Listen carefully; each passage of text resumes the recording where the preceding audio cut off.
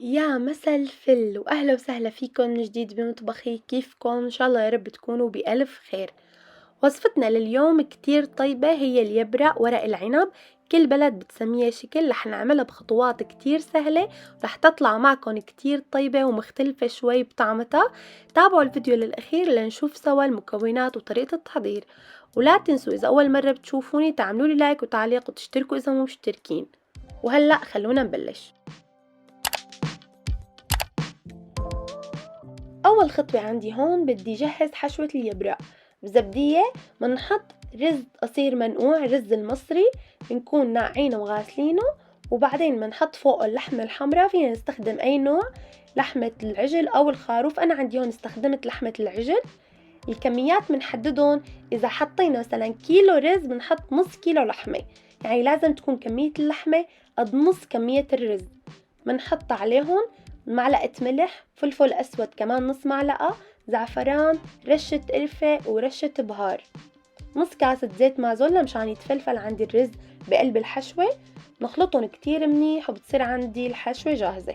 وأكيد رح أحطلكن المقادير بصندوق الوصف، وطبعا هذا الشي بيرجع لإلكن على حسب عدد الأشخاص، فينا نكتر الكمية أو نقللها.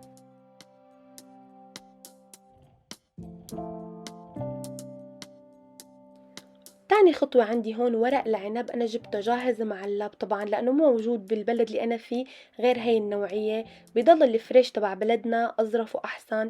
هذا نوعيته منيحة وطري وممتاز، بس مشكلته إنه الورق فيه بيكون مقاسات مختلفة. رح نسلقه بشكل سريع أضمن لإلنا، وبعدها رح نروح للمرحلة اللي بعدها.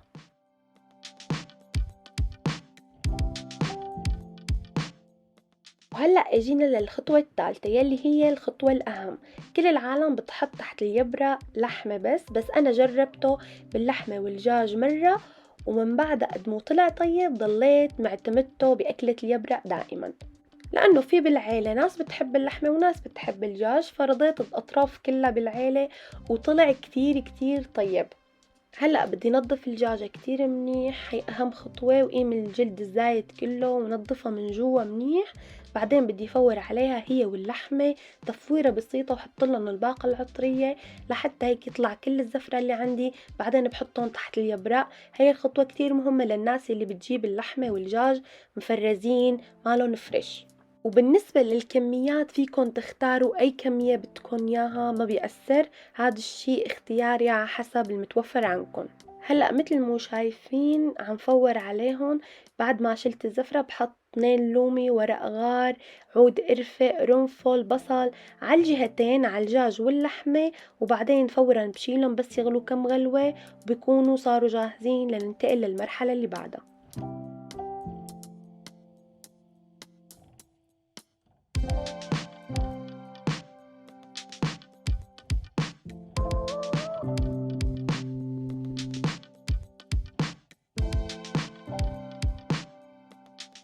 وهلأ جينا لمرحلة لف الورق يلي هي أصعب مرحلة.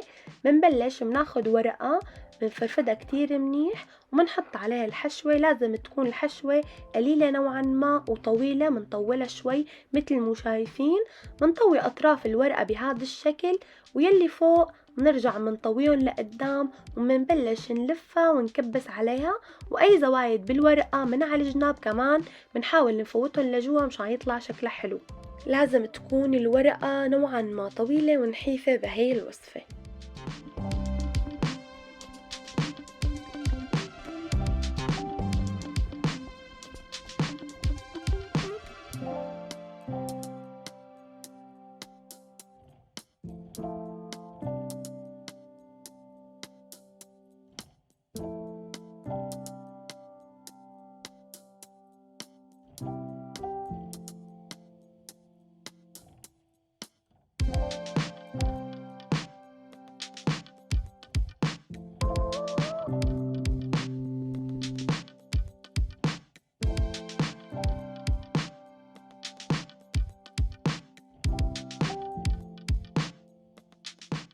ومن شان السرعة أنا بحط الورق كله حد بعضه مثل مو شايفين.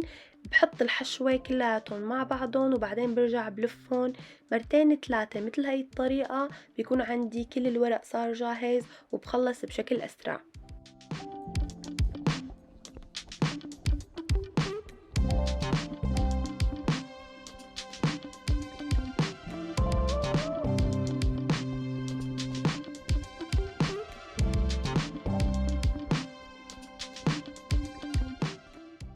وهلأ بعد ما انتهيت من لف الورق بالكامل، بجيب الطنجرة اللي بدي جهز فيها طبختي، بحط بالكعب الورق الخربان اللي طلع معي أثناء اللف، أو فيكن تحطوا شوية بطاطا.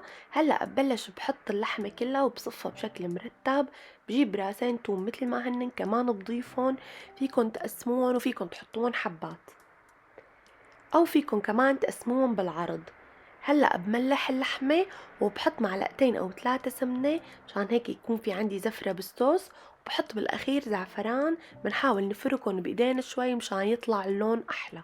هلأ لحاول جيب ورق العنب وحطه على أطراف الطنجرة، وبلش جيب الدجاجة اللي عندي وبلش أحشيها بورق العنب من جوا. مثل ما شايفين بالفيديو بتطلع طعمة الورق العنب يلي جوات الدجاج بجنن، جربوها أكيد رح تدعولي. بحط برجع راسين توم مفروطين فرفطن وبوزعن على كامل أجزاء الطنجرة، وبالأخير بكمل تصفية الورق على دايرة الطنجرة كلها لتخلص عندي كل الكمية.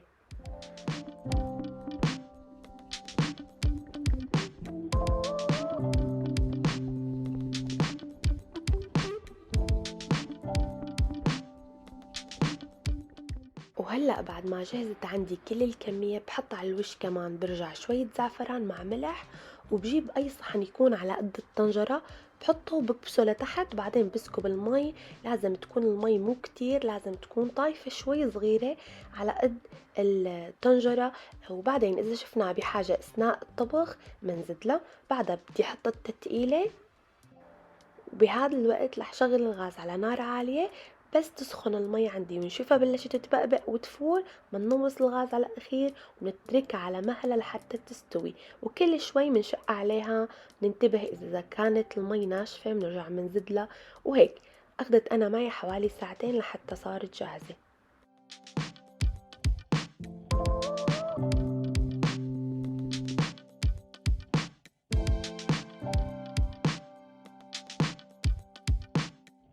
وهلأ بعد ما استوى الورق عندي وتأكدت انه استوى، بحط اخر اضافة يلي هي الليمون الفريش. بدي احتاج لكاسة بحطها على داير الطنجرة، وبتكون اكلتنا صارت جاهزة.